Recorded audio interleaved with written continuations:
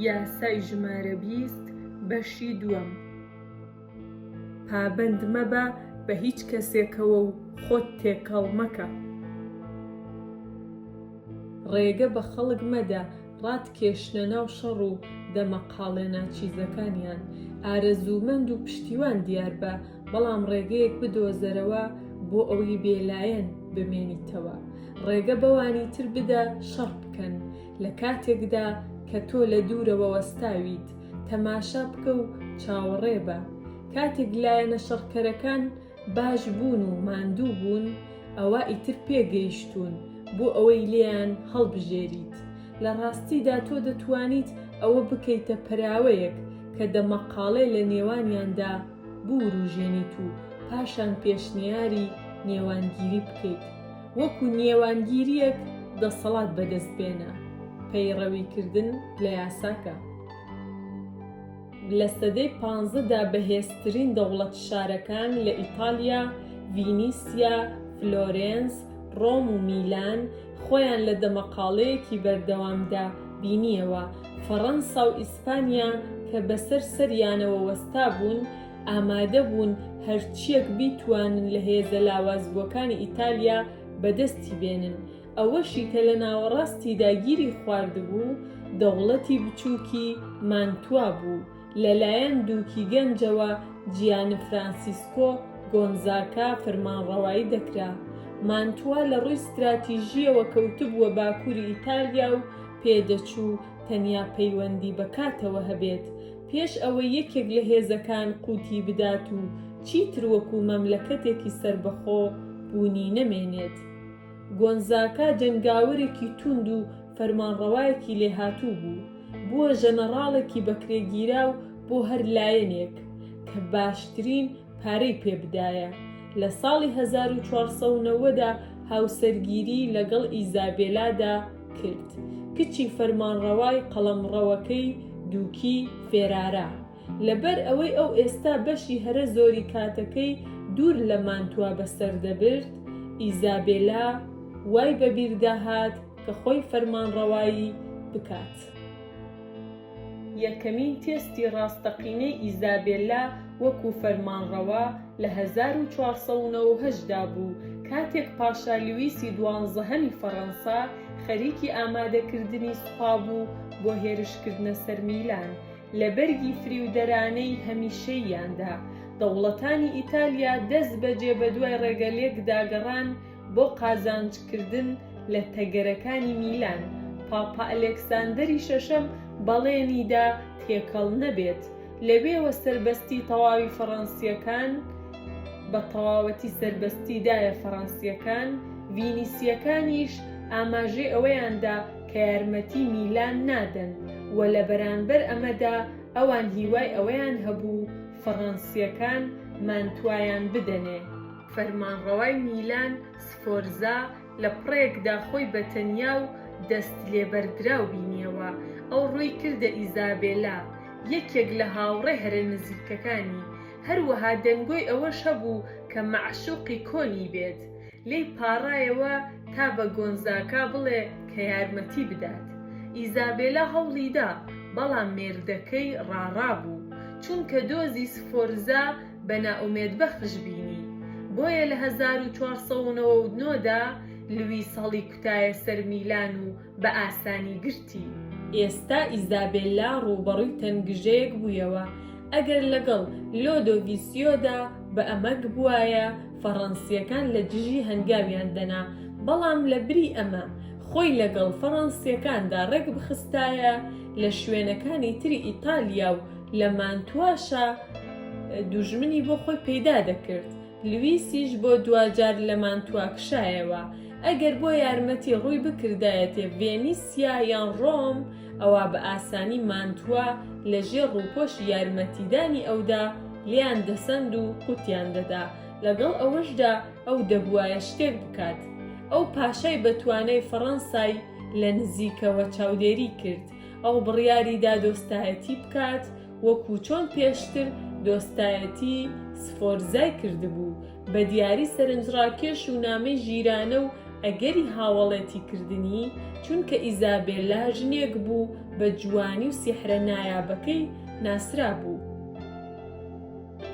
لە 1500دا لویس بانگێشتی ئیزابێلای کرد بۆ ئاهەنگێکی گەورە لە میلان بۆ ستایشکردنی سەرکەوتنەکەی. لیۆناردۆ داڤینچی شێرێکی میکانیکی گەورەی بۆ بۆنەکە بونیاد نابوو. کاتێک شێرەکە دەمی دەکردەوە، گوڵی لیلی فرێش لە دەمی دەهاتنە دەرەوە کە ڕەمزی ئەمەکدارێتی فەڕەنسا بوو. لە ئاهەنگەکەدا ئیزابێلا یەکێک لە درەیسە جوانەکانی پۆشی، ئەو گەورەترین دۆڵابی جلوبەرگی هەبوو. هەر بەو شێوەی کە هیوای دەخواست سیحری لە لویس کرد کە هەموو خانمەکانی تری فەرامۆش کرد و هەوڵیدا بکەوێتە ژێر سەرنجی. ئیزابێلا بە زووی بووە هاوڵی بەردەوامی ئەو لە بەرامبەر هاوڕێیەتیەکەیدا ئەو پەیمانیدا پارێزگاری لە سەربەخۆیی مانتووا بکات لە ڤینیسیا. لە کاتێکدا کە مەترسیەک نەما، دانەیەکی تر کە نیگەرانکەرتر بوو سەری هەڵدا. ئەم جارە لە باشوورەوە لە شێوەی قەیسەر بۆرگیادا لە سەرەتای 1500کانەوە بۆرگیا بە شێوەیەکی بەردەوام بەرەو باکوور ڕێی دەکرد بە ناوی پاپا ئەلێکساندەری باوکیەوە. هەموو ئەو مەملەکەتە بچووکانەی قوت دەدا کە لە ڕێگەکەیدا بوون. ئیزابێلا بە تەواوی لە قەیسەر تێگەیشت. ئەو نەدەکرا متمانەی پێ بکرێت، نە بە شێوەیەک لە شێوەکان ئیهانە بکرێت. دەبوایە ئەو مەرایی بۆ بکرێت و لە دوورەوە بهێڵڕێتەوە. ئیزابێلا دەستی کرد بە ناردنی دیاری بۆی، بازەکان و سەگ و خەڵات و بۆن و دەیان ماسک کە دەیزانی ئەو لە هامشوی شەقامەکاندا بەناو ڕۆمدا دەیپۆشێت. ئەو نامەبەری بە سڵاو و ئەحواڵپرسی گەرم و گوڕەوە نارد، هەرچەندە ئەم نامەبەرانەش وەکو سیخوڕ کاریان کرد. لە ساتێک لە ساتەکاندا قەیسەر پرسی ئاخۆ دەتوانیت هەندێ سەرباز لە مانتووا جێگیر بکات؟ ئیزابێلا بە ئەدەبەوە لە داواکە ساردی کردەوە، چونکە باش دەیزانی هەر کە سەربازەکان لە شارەکەدا جێگیر کران ئیتر قەت ناڕۆن. تەنانەت لە کاتێکدا کە ئیزابێلا جادووی لە قەیسەر دەکرد، هەموو کەسی دەوری خۆی ئاگادار کردەوە لەوەی وریابن قسەیەکی توند لەبارەیەوە نەکەن، چونکە ئەو سیخوڕی لە هەموو شوێنێک هەیە، بچووکترین پاساوی دەوێت بۆ داگیرکردن. کاتێک ئیزابێلا منداڵێکی هەبوو، داوای لە قەیسەر کرد ببێتە باوکی ناودێرکراوی. تەنانەت ئەو ئەگەری هاوسەرگیری لە نێوان خانەوادەکەی خۆی و ئەو هێنایە بەرباز. بە شێوەیەک لە شێوەکان ئەمە هەمووی کاریگەر بوو، چونکە هەرچەندەی لە شوێنی تر هەموو شتێکی سەر ڕێگاکەی زەوت دەکرد، مانتوای واز لێهێنا. گۆڕانکاریەکی زۆر لە ماوەی حکمی ئیزابێلادا لە ئیتاڵیادا ڕوویدا. قەیسەر بۆرگیا هات و ڕۆیشت، ڤێنیسیا ئیمپراتۆریەتەکەی لە دەستدا، میلان داگیر کرا، فلۆرێنس بەرەو ئاوابوون چوو، ڕۆم لەلایەن ئیمپراتۆری هابسبورگەوە چارلزی پێنجەوە تاڵان کرا. بە درێژایی هەموو ئەمە مانتوای بچووک نەک تەنیا بەرگەی گرت، بەڵکو ژیایەوە. سامانەکەی و سەروەریەکەی بۆ ماوەی سەدەیەک پاش مەرگی ئیزابێلاش لە 1539دا بە تۆکمەی مایەوە لێکدانەوە. ئیزابێلا بە ڕوونیەکی سەرسوڕهێنەرەوە لە بارودۆخی سیاسی ئیتالیا تێگەیشت. کاتێک تۆ لایەنگری هەرهێزێکی مەیدانەکە دەکەیت، کارت لە کار کرازاوە، بەهێزەکان بەسەرت دازاڵ دەبن و لاوازەکان بڕستت لێ دەبڕن. هەر هاوپەیمانێتیەکی نوێ سەر دەکێشێت بۆ دوژمنێکی نوێ. ئەم سووڕی ململانەیە زۆرتر دەوروژێت، هێزەکانی تر ڕادەکێشرێنە ناوەوە تا ئەو کاتەی کە تۆ چیتر ناتوانیت خۆت قوتار بکەیت. دوجار دەشێت تۆ بەهۆی بڕست لێبڕانەوە بڕووخەیت. ئیزابێلا تەنیا لەسەر ئەو ڕێڕەوە مەملەکەتەکەی ئاڕاستە کرد کە سەلامەت بوو. ئەو ڕێگەی بەخۆی نەدەدا لە ڕێگەی ئەمەک و وەفاداری بۆ دووک یان بۆ پاشا سەری بە فەتارەت بچێت، نە هەوڵیشی دەدا ئەو ململانەیە بوەستێنێت کە لە دەوروبەری هەڵایسا بوو کە تەنیا ڕایان دەکێشایە ناوی. لە هەر حاڵەتێکیشدا ململانەکە لە بەرژەوەندی ئەو بوو. ئەگەر لایەنە جیاجیاکان تا مردن دەجەنگان و لە پرۆسەکەدا هێزیان تێدا نەدەما، ئەوان لە پێگەیەکدا نەدەمان کە مانتوا قوت بدەن. سەرچاوەی هێزی ئیزابێلا توانە زیرەکەکانی بوو، بۆ ئەوەی وا دیار بێت کە بایەخ بە کێشەکانی هەر یەک لە لایەنەکان دەدات و بەرژەوەندیان ڕەچاو دەکات، لە کاتێکدا کە بەڕاستی بە هیچ کەسێکەوە پابەند نەبوو جگە لە خۆی و مەملەکەتەکەی. کاتێک تۆ پێدەنەیتە ناو شەڕێکەوە کە لە هەڵبژاردننی تۆ نییە، هەموو دەستپێشخەریەک لە دەست دەدەیت. بەرژەوەندیەکانی تۆ دەبێتە بەرژەوەندی شەڕکەران، دەبیتە ئامڕازیان. فێر بە خۆت کۆنتڕۆڵ بکەیت، مەیلی سروشتیت بۆ لایەنگری و چوونە ناو شەڕ و کۆت و بەند بکەیت. دۆستانە و سەرنجڕاکێش بە بۆ هەر کام لە لایەنە شەڕکەرەکان، پاشان لە کاتێکدا کە پێکدا دەدەن بکشێوە. ئەوان لە هەر شەڕێکدا لاواستر دەبن لە کاتێکدا کە تۆ لەگەڵ هەر شەڕێکدا کە خۆتی لێلا دەدەیت بەهێزتر دەبیت. کلیلی دەسەڵات. بۆ ئەوەی لە گەمەی دەسەڵاتدا سەرکەوتوو بیت، دەبێت لە هەستەکانتدا ئەسپی خۆت تاو بدەیت. بەڵام تەنانەت ئەگەر لە بەدەستێنانی خۆکۆنتڕۆڵکردنێکی وەهادا سەرکەوتوو بیت، قەت ناتوانیت میزاجی ئەوانەی دەوروبەرت کۆنتڕۆڵ بکەیت. ئەمەش مەترسیەکی گەورە دەخاتە ڕوو. زۆربەی خەڵک لە گێژاوی هەستەکانیاندا ڕەفتار دەکەن، بە بەردەوامی کاردانەوە پیشان دەدەن، دەمەقاڵێ و ململانێ دەوروژێنن. ئۆتۆنۆمی و خۆکۆنتڕۆڵکردنت تەنیا هەراسانیان دەکات. ئەوان هەوڵ دەدەن ڕاتکێشنە ناو گێژاوەکەوە، لێت دەپاڕێنەوە لە شەڕە ناکۆتاکانیاندا لایەنگریان بکەیت و هەڵوێستت هەبێت یان ئاشتیان بۆ بەرقەرار بکەیت. ئەگەر تۆ وەڵامگۆی تکە هەستیەکان بیت، ئەوە پەیتا پەیتا بۆ دەردەکەوێت کە کات و ئەقڵت بە کێشەکانیانەوە ڕکێف کراوە. ڕێگە مەدە سۆز و بەزەیت قۆرغت بکەن. تۆ قەت ناتوانیت ئەم گەمەیە ببیتەوە. ململانیەکان تەنیا چەند قات زیاد دەکەن. لە لایەکی ترەوە تۆ ناتوانیت بە تەواوەتی لە لاوە بوەستیت، چونکە ئەمە ئیهانەیەکی ناپێویستی لێ دەکەوێتەوە. بۆ ئەوەی گەمەکە بە ڕێکوپێکی بکەیت، دەبێ وەها دیار بیت کە گرنگی بە کێشەکانی خەڵک دەدەیت. تەنانەت هەندێک جار وا دیار بیت کە لایەنگریان دەکەیت، بەڵام لە کاتێکدا کە تۆ ئاماژەی ڕواڵەتیانەی پشگیری پیشان دەدەیت، دەبێ وزەی ناوەوەت بپارێزیت لە ڕێگەی دوورە پەرێزهێشتنەوەی هەستەکانت. گرنگ نییە خەڵکی چەندێک سەرسەختانە هەوڵ دەدەن ڕاتکێشنە ناوەوە بۆ پشتگیری. قەت گرنگی بە کێشەکان و کاروباریان و دەمەقاڵێ ناچیزەکانیان مەدە، بەڕووکەش نەبێت. دیاریان بدەرێ بە ڕواڵەتێکی هاوسۆزانەوە، گوێیان لێ بگرە، تەنانەت ڕۆڵی کەسی سەرنجڕاکێشش ببینە.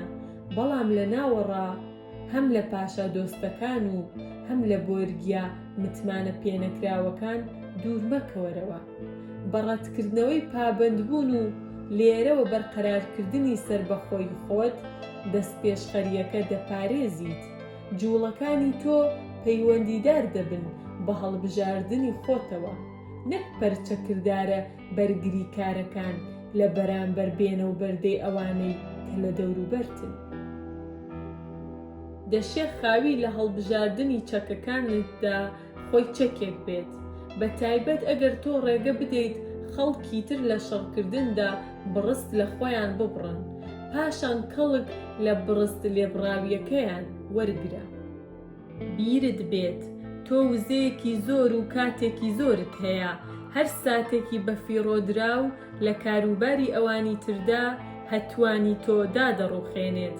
لەوانەیە تۆ ترسی ئەوەت هەبێت کە خەڵکی بە ترسنۆک ئیدانەت دەکەن، بەڵام لە کۆتاییدا بە بەرقەرارکردنی سەربەخۆیت و متمانە بەخۆکردنت ڕێز و شوێنی زۆرتر لە پێگەیەکی دەسەڵاتدا بەدەست دێنیت کە لێیەوە دەتوانیت بە دەستپێشخەری خۆت یارمەتی ئەوانی تریش بدەیت. وێنە دەوەنێک لە دارستاندا دەوەنێک دەئاڵێتە دەوەنێکی تر، بە دڕکەکانیەوە دەئاڵێتە دراوسێکەی، بە هێواشی دزە دەکاتە ناو قەڵەمڕەوە قایمەکەی، تەنیا ئەوەی کە لە دوورایی خۆی دەپارێزێت و جودا هەڵدەکەوێت دەتوانێت گەشە بکات و بەسەر دەوەنەکەدا بەرز بێتەوە. دەسەڵات بە بوێرانەتر لە قەڵەمی بدە کە نەگلەیتە ناو ململانەیەک لەوەی کە شەڕێک ببیتەوە لە شوێنێک کە هەنووکە گەمژەیەکی تێکەڵاو بوو بە ململانێ ئامادەیی هەیە. وریابە نەبیت بەدوان. پێچەوانە بوونەوە هەردوو بەشەکەی ئەم یاسایە لە دژی تۆ هەڵدەگەڕێتەوە ئەگەر تۆ بە هەندی وەرنەگریت. ئەو گەمەیەی لێرەدا دەخرێتە ڕوو ناسک و قورسە. ئەگەر تۆ یاری بە چەند لایەنێک لە دژی یەکتری بکەیت ئەوا بە مانۆڕەکە دەزانن و گەلە کۆمەد لێ دەکەن. ئەگەر تۆ ژمارەی ئەو داخوازیکەرانەت زیاد بکەیت کە لە چاوەڕوانیەکی درێژخایەندان ئەوە نەک ئارەزوو بەڵکو بێمتمانەیی دەوروژێنیت. خەڵکی پەیتا پەیتا ئارەزومەندی لە بەرامبەر تۆدا لە دەست دەدەن. لە کۆتاییدا لەوانەیە تۆ بە شایستەی ببینیت کە پابند بیت بەلایەنێکەوە ئەگەر تەنیا بەڕواڵەتیش بێت. بۆ ئەوەی بیسەلمێنیت توانای هۆگربوونت هەیە. تەنانەت ئەو کاتەش کلیلەکە بەرقەرارکردنی سەربەخۆیی ناوەوەت دەبێت. ئەمەی کە خۆت لە تێوەگلانی هەستی بە دوور بگریت. بژاردەی قسە لەسەر نەکراوی توانای جێهێشتن لە هەر ساتەوەختێکدا بپارێزە و ئازادی خۆت بگەڕێنەرەوە. ئەگەر ئەو لایەنەی تۆ خۆی لەگەڵدا ڕێکخستووە بەرەو داڕمان دەچێت ئەو هاوڕێیانەی کە دروستت کردن لە بارێکدا کە مەرایت بۆ دەکرا شوێنی زۆرت دەدەنێ بۆ ئەوەی بووی بچیت کاتێک کە دەتەوێت لە ئۆتۆمبیلەکە خۆت فڕێ بدەیت.